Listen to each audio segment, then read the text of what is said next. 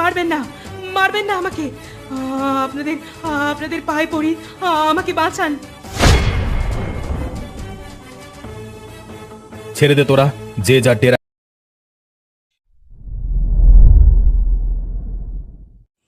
হে আল্লাহ, তুই আর কাউকে এমন আব্বা দিও না। নিজের সন্তানকে কেউ কি করে এমন কথা বলতে পারে? পরের দুঃখে বুক ফাটে আর নিজের আওলাদের জন্য মুখে তেতো ঝরে।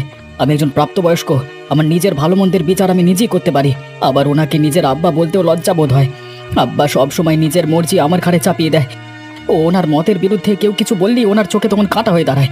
আজকে আব্বা আমার সাথে যে ব্যবহারটা করলো, এরপর আমি আর কোনোদিন বাড়ি ফিরে যাব না। বাহ বা দোকানটা তো দেখতে বেশ একবারে ঝাঁ চকচকে নতুন দোকান, এখনো খোলা দেখছি। একবার না হয় গিয়ে দেখে আসা যাক। এগিয়ে যাই তো একবার।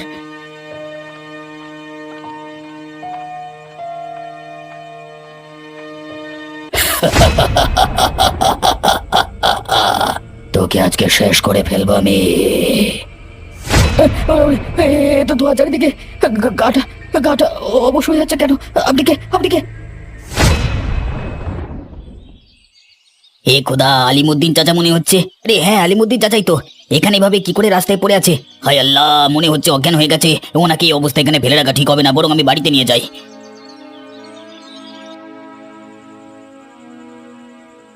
আলিমুদ্দিন চাচা, আরে ও আলিমুদ্দিন চাচা, আপনি ঠিক আছেন তো? নাসির, আমি কোথায় এসেছি? এটা এটা কার বাড়ি? আলিমুদ্দিন চাচা, আপনি চিন্তা করবেন না, আপনি আমার বাড়িতে আছেন। আপনি আজকে দুপুরে রাস্তায় অজ্ঞান হয়ে পড়েছিলেন, আমি আপনাকে ওই অবস্থায় দেখতে পেয়ে আমার বাড়িতে নিয়ে আসি। ধন্যবাদ নাসির, আমার প্রাণ বাঁচানোর জন্য ধন্যবাদ। আমি তোমার কাছে কৃতজ্ঞ। আলিমুদ্দিন চাচা, ধন্যবাদ না হয় পরে জানাবেন, তার আগে আমাকে বলুন যে আপনি রাস্তার ধারে কি করে অজ্ঞান হয়ে পড়ে গেলেন। নাসির, কি বলি তোমাকে, আবার দুঃখের কথা। আজকে সকালবেলা থেকে আমার শাহিদুলের সাথে ঝগড়া হয়, তারপর কথা কাটাকাটি, মান অভিমান। কিন্তু চাচা, ঝগড়ার সাথে আপনার রাস্তায় অজ্ঞান হয়ে পড়ে যাওয়ার কি সম্পর্ক? শাহিদুল রাগ করে ঘর থেকে বেরিয়ে যায়। আমি কিছুক্ষণ পর ওকে খুঁজতে বের হই, কিন্তু রাস্তায় ওই গরমে আমার মাথা ঘুরে যায়, আমি অজ্ঞান হয়ে পড়ে যাই। আরে বাবা, এ আল্লাহ, চাচা কি বিষয় নিয়ে শাহিদুল আপনার সাথে ঝঞ্ঝাট করে ঘর থেকে বেরিয়ে গেল? শাহিদুল একটা মেয়েকে ভালোবাসে আর ওই মেয়েকে নিকাহ করতে চায়, কিন্তু মেয়েটিকে আমার পছন্দ না, তাই নিয়ে এই ঝগড়া আমাদের মধ্যে। ও এই ব্যাপার, এবার বুঝলাম বাপ বেটার মধ্যে বিবাদের কারণ। চাচা, তুমি বড়, ওকে বোঝাতে পারতে। আমি শাহিদুলকে অনেকবার বুঝিয়েছি যে আমি ওর জন্য একটা ভালো মেয়ে খুঁজে বিয়ে দেব, কিন্তু ও কিছুতেই রাজি হলো না। আমার সাথে ঝগড়া করে ঘর ছেড়ে বেরিয়ে গেল।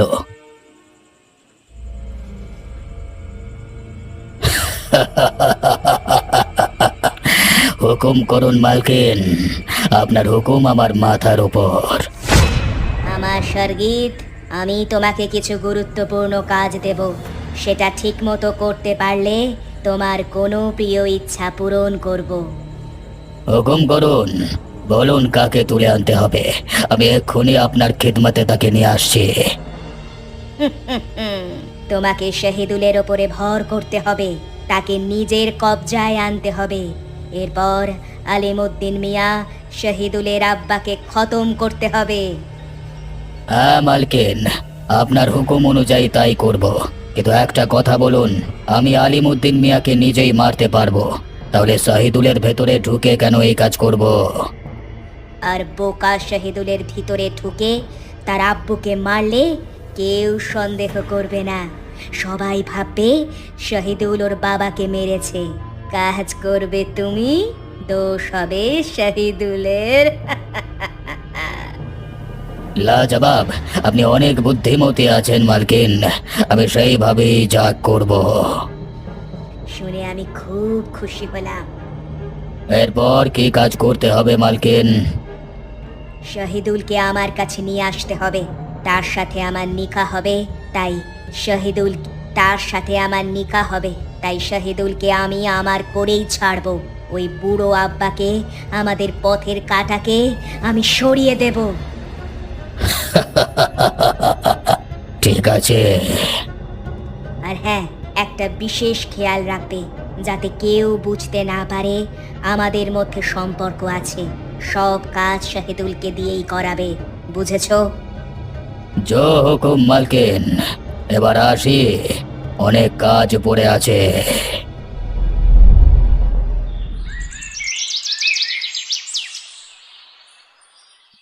হে মহান আল্লাহ, তুমি সবাইকে তৌফিক প্রদান করো। শুনছো, বলছি তোমার কি নামাজ আদা করা হয়ে গেছে? হ্যাঁ বেগম, হয়ে গেছে। কিন্তু কেন জিজ্ঞেস করছো? আসলে ওই আলিমুদ্দিন চাচা আর শাহিদুলকে নিয়ে আমি চিন্তা করছিলাম, তাই আর কি ভাবলাম তোমাকে জানাই। আফরোজা, আমিও একই কথা চিন্তা করছি। হঠাৎ বাবা ছেলের সুন্দর সম্পর্কটা কি হয়ে গেল বলো তো? ঠিক বলেছ, বেচারা আলিমুদ্দিন চাচা এই বয়সে এসে ওনাকে এত অশান্তি সহ্য করতে হচ্ছে। আমি কিচ্ছু বুঝতে পারছি না কেন হচ্ছে ওনাদের সাথে এরকম। আফরোজা, আমি কিন্তু অন্য সংকেত পাচ্ছি। কি সংকেত একবার বলো? জিন। এই সব কাজ জিনের দ্বারা পরিচালিত হচ্ছে। জিন? হে আল্লাহ, রহম করো। মাংসটা বেশ টাটকা পেয়েছি। আজকে নাসরিনকে বলবো রাতের বেলা একটু পোলাও বানাতে। আজকে রাতে খাওয়া বেশ ভালোই জমবে।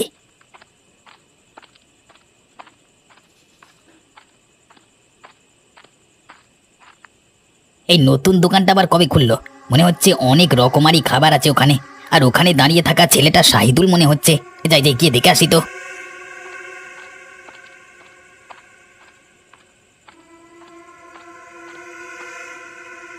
আরে, এ তো শাহিদুল, চা বানাচ্ছে।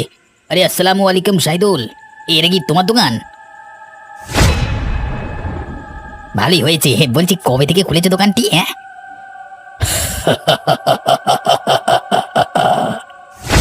আল্লাহ, ওরে বাবা, ভূত! আমাকে বিরক্ত করছিস অনেকক্ষণ ধরে। এখান থেকে চলে যা, না হলে আমি তোকে গলা টিপে মেরে ফেলবো। আল্লাহ গো, আল্লাহ গো, রহম করো, বাঁচাও! তোকে শেষ করে ফেলবো না হলে। বাঁচাও, বাঁচাও, আল্লাহ বাঁচাও, মেরে ফেললো আমাকে, বাঁচাও! ওরে বাবা, তোমাকে ধন্যবাদ আল্লাহ, এই যাত্রায় বেঁচে গেলাম। কিন্তু কিন্তু শাহিদুল কি করে জিন হলো?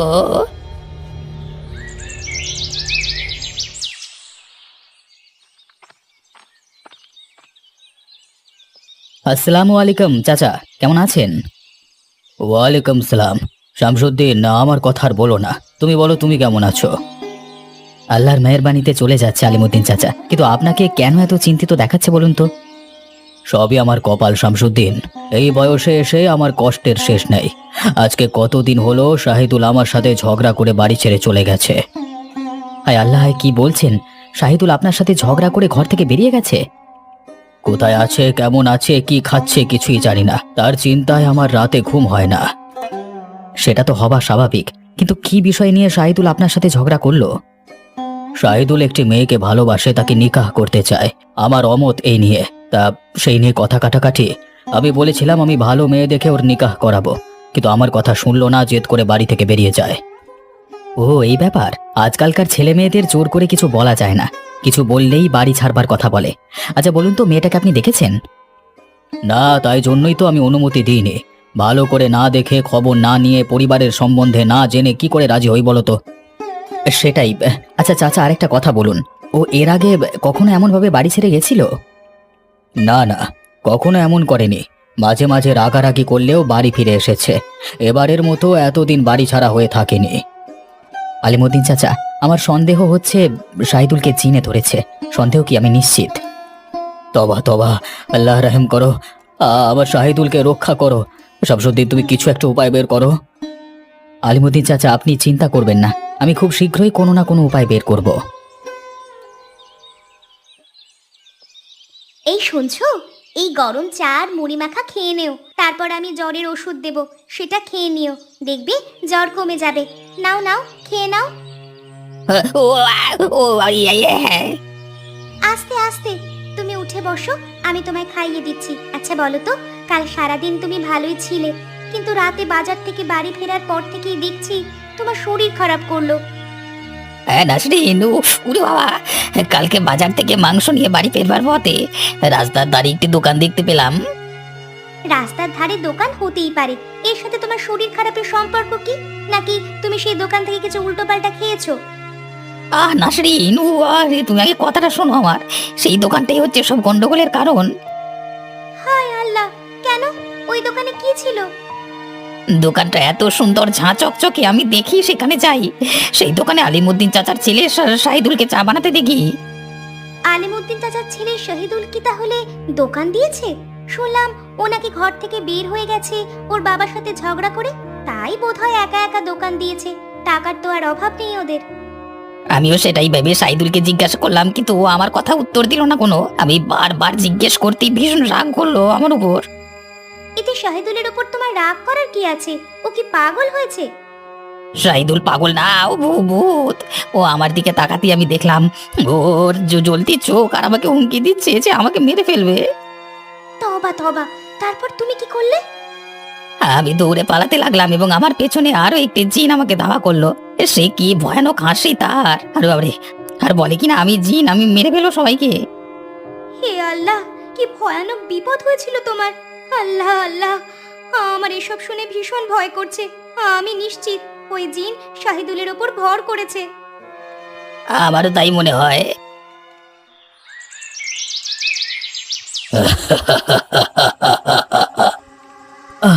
শরীরটা হালকা মনে হচ্ছে, মনে হচ্ছে একটা গভীর সুড়ঙ্গ থেকে বেরোলাম। পায়েলকে গিয়ে সব কথা বলি।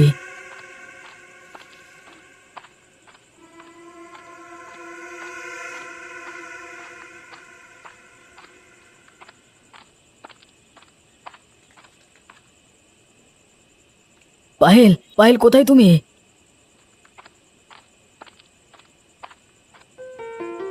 এই তো আমার শহীদুল, বলো কোনো দরকারে এসেছো বুঝি? বলতে পারো তেমনই। আসলে তোমার কাছে আমি কিছু কথা বলতে চাই। শহীদুল, বলো না কি বলতে চাও। ভয় করো না, আমাকে বলবে না তো আর কাকে বলবে? সেদিন আব্বুর সাথে অনেক ঝগড়া করেছি, কারণ উনি আমার আর তোমার নিকাহ মঞ্জুর করছিলেন না। রাগ করে আমি ঘর ছেড়ে বেরিয়ে আসি। রাস্তায় একটি নতুন দোকান দেখতে পেলাম। সেখানে যাবার পর থেকে আমি যেন কেমন হয়ে গেলাম। আবার কেন যেন মনে হচ্ছে আমি কারোর হাতের পুতুল হয়ে গেছি। সারাদিন সে কি করছি কিছু মনে থাকছে না। কিন্তু একটু আগে যখন তোমার বাড়ির সামনে এলাম, হঠাৎ শরীর থেকে কি যেন একটা বেরিয়ে গেল এবং সারা শরীর খুব স্বাভাবিক হয়ে গেল। আচ্ছা, তা কি ধরনের অনুভূতি হয় তোমার, একটু খুলে বলবে? তাই তো তোমার কাছে বারবার আসি, তোমায় ভালোবাসি বলে। সত্যি তুমি আমায় ভালোবাসো? আল্লাহ কসম বলো। আল্লাহর কসম পায়েল, আমি তোমাকে ভালোবাসি। তাহলে তুমি আমাকে কবে নিকাহ করছো? আমার শরীরটা একটু ঠিক হলেই আব্বাকে মানিয়ে নিয়ে তোমাকে নিকাহ করব।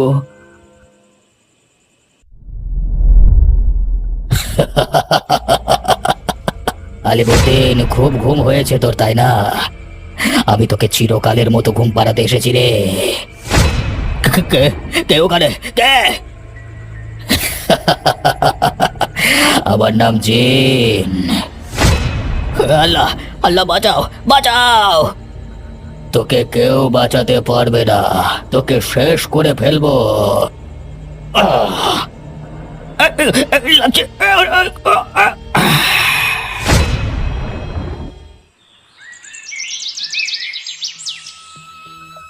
আরে আলিমুদ্দিন চাচা, আরে ও আলিমুদ্দিন চাচা, চোখ খোলো, দেখো আমি শামসুদ্দিন, সাথে নাসির। আলিমুদ্দিন চাচা, আলিমুদ্দিন চাচা! শামসুদ্দিন ভাইয়া, আলিমুদ্দিন চাচার ইন্তেকাল হয়ে গেছে, কিন্তু কে ওকে এইভাবে মর্মান্তিক ভাবে খুন করলো? কিন্তু এইদিকে শাহিদুল মাথা নামিয়ে এক কোণে বসে আছে কেন ঘরের? শামসুদ্দিন ভাই, ওদিকে দেখো। শাহিদুল, কখন এলে? তোমার আব্বার ইন্তেকালের খবর কে দিল? শামসুদ্দিন ভাইয়া, কয়েকদিন আগে আমি রাতের বেলায় মাংস নিয়ে বাড়ি ফিরছিলাম। হঠাৎ রাস্তার পাশে একটি নতুন দোকান দেখলাম, সেখানে শাহিদুল চা বানাচ্ছিল। তাই নাকি? তারপর কি হলো নাসির? শাহিদুলকে অনেকবার জিজ্ঞেস করলাম ও কি দোকানটা নতুন করে খুলেছে কিনা, কিন্তু আজকের মতো এইভাবে মাথা নিচু করে চুপ করেছিল। তারপর কি হলো? বারবার জিজ্ঞাসা করবার পর আমার উপর বিরক্ত হয়ে জ্বলন্ত চোখে তাকালো আর আমাকে হুমকি দিল যে ও নাকি আমাকে মেরে ফেলবে। তাই নাকি? তাহলে তো ব্যাপারটা খুবই খারাপ। শামসুদ্দিন ভাইয়া, ওই দেখো শাহিদুল বাইরে কোথাও বেরোবে বলে মনে হচ্ছে, ওই দেখো। চুপ চুপ, আস্তে কথা বলো নাসির। শাহিদুল শুনতে পেলে আমাদের মেরে ফেলবে, কারণ ওর মধ্যে একজন জিন ভর করে আছে। হ্যাঁ শামসুদ্দিন ভাইয়া, ঠিক বলেছো। শাহিদুল জানি না যে জিন ওর উপর ভর করে ওকে দিয়ে তার আব্বুকে মেরেছে। বেচারা শাহিদুল। আস্তে, চুপচাপ শাহিদুলের পেছন পেছন গিয়ে দেখতে হবে ও কোথায় যাচ্ছে।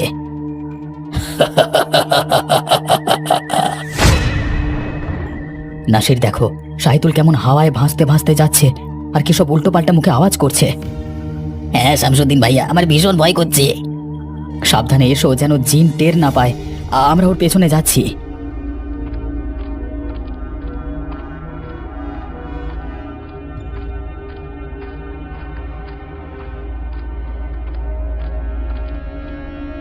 শামসুদ্দিন ভাইয়া, দেখো শাহিদুল একটা বাড়ির সামনে দাঁড়িয়েছে। ওই দেখো, একটা মেয়ে ওর ঘর থেকে বের হয়ে এসেছে গো। চলো চলো, আর একটু কাছে যাই, ওদের কথা শুনি। খুব সাবধানে এসো কিন্তু। মালকিন, আমি আপনার কথা মতো আপনার আর শাহিদুলের পথের কাঁটাকে শেষ করে ফেলেছি।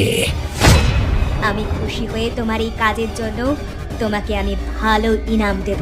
বলো বলো তুমি কি চাও? মালকিন, আমার দুটি বাচ্চার কাঁচা রক্ত খাবার ইচ্ছে হচ্ছে। খুব শীঘ্রই আমি তোমার ইচ্ছে পূরণ করব। আচ্ছা বলো, কেউ সন্দেহ করেনি তো তোমায়? না মালকিন, আপনার কথা মতো আমি শাহিদুলের উপর ভর করে ওর আব্বাকে মেরে ফেলেছি। সবাই ভাবছে শাহিদুল ওর আব্বাকে মেরেছে।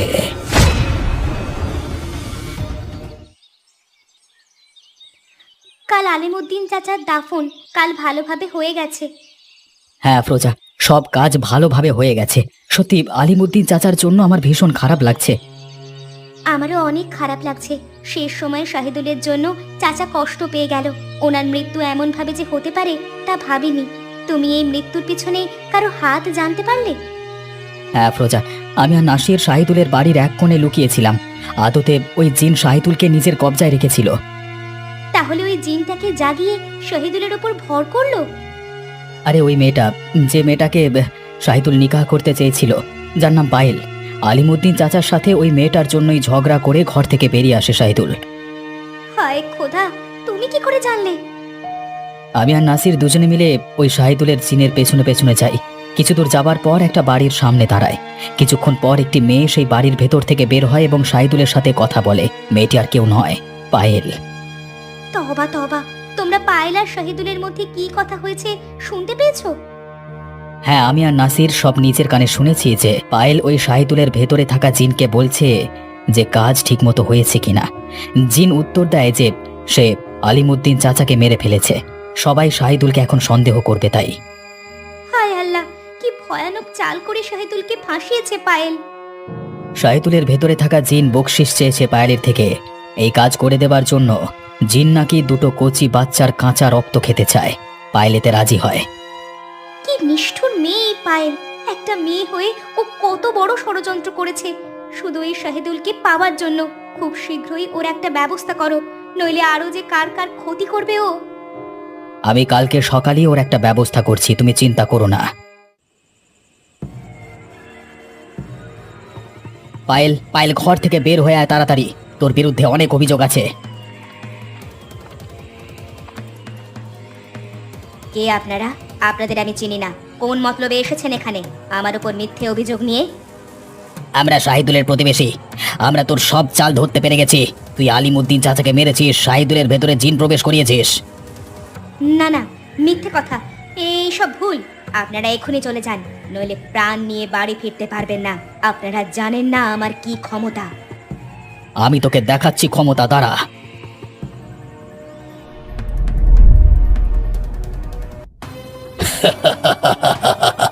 হুকুম করুন আকা। এই মেয়েটি আমাকে ক্ষমতা দেখাতে চাইছে, তাই আমি তোমাদের ডাকলাম। তাহলে ওকে শেষ করে দি। না না, আমাকে মারবেন না, মারবেন না আমাকে। আপনাদের আপনাদের পায়ে পড়ি, আমাকে বাঁচান। ছেড়ে দে তোরা, যে যার ডেরায় ঢুকে যা, যা তাড়াতাড়ি। ভাইজান, আপনাদের অনেক শুকরিয়া আমার জান বাঁচানোর জন্য। আমি আমার ভুলের জন্য আপনাদের কাছে ক্ষমা চাইছি। আপনি আমাকে ক্ষমা করে দিন। আমরা তোমাকে ক্ষমা করতে পারি, কিন্তু তোমাকে একটি কথা দিতে হবে আমাদের। কি কথা? তোমাকে শাহিদুলকে মুক্ত করতে হবে জিনের হাত থেকে, যাতে ও সাধারণ জীবনে আবার ফিরে আসে। আপনার হুকুম আমার মাথার উপর ভাইজান, ইনশাআল্লাহ।